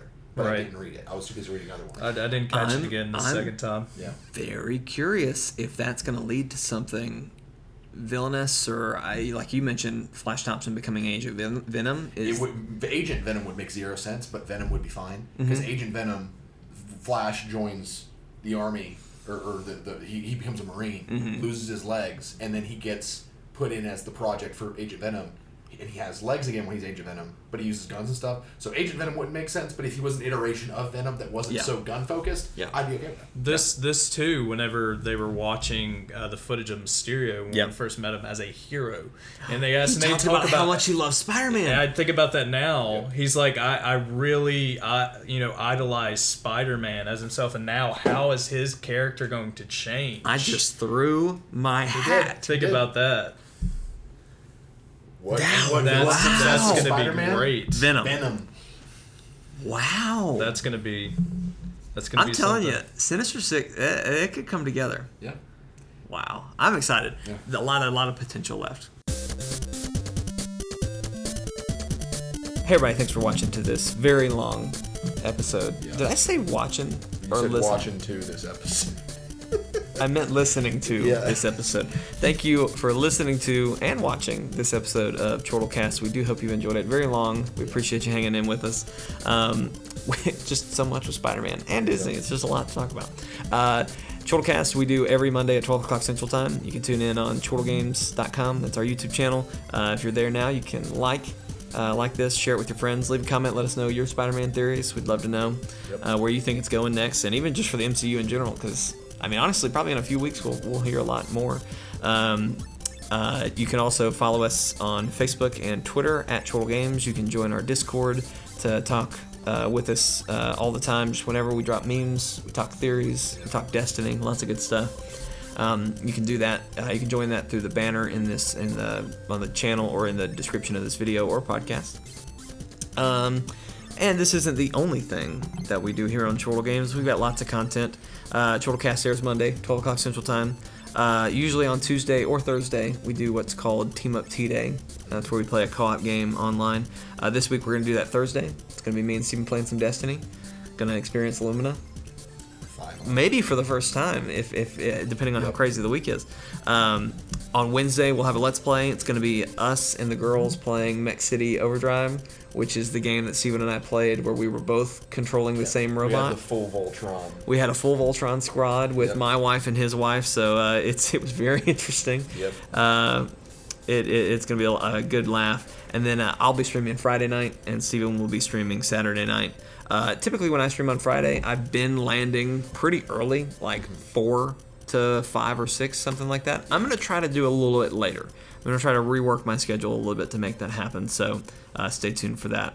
And then, of course, we'll be back the next week with another podcast. So, special thanks to Cody for being in the podcast. He did great talking about Spider-Man. He stepped out, but he's still here. We talked for a long time. He had to go to the bathroom. You know, we all do. So anyway, thank you guys for tuning in. Steven, thank you as always. Yep. I cannot wait. My name is Lumina now. Oh my God, I'm so sorry. You're not the king of thieves anymore. It's just Lumina. I'm Gloomina, the king of thieves. Why Glumina? Where's that? Lumina. It sounded like you said. Like a bubble in my throat when I said that. It sounded like you said Glumina, and I think that's way better for you. No. Oh, you just messed up. It's stuck now. It's stuck. Glumina. There you go. We'll see you guys next time. Bye.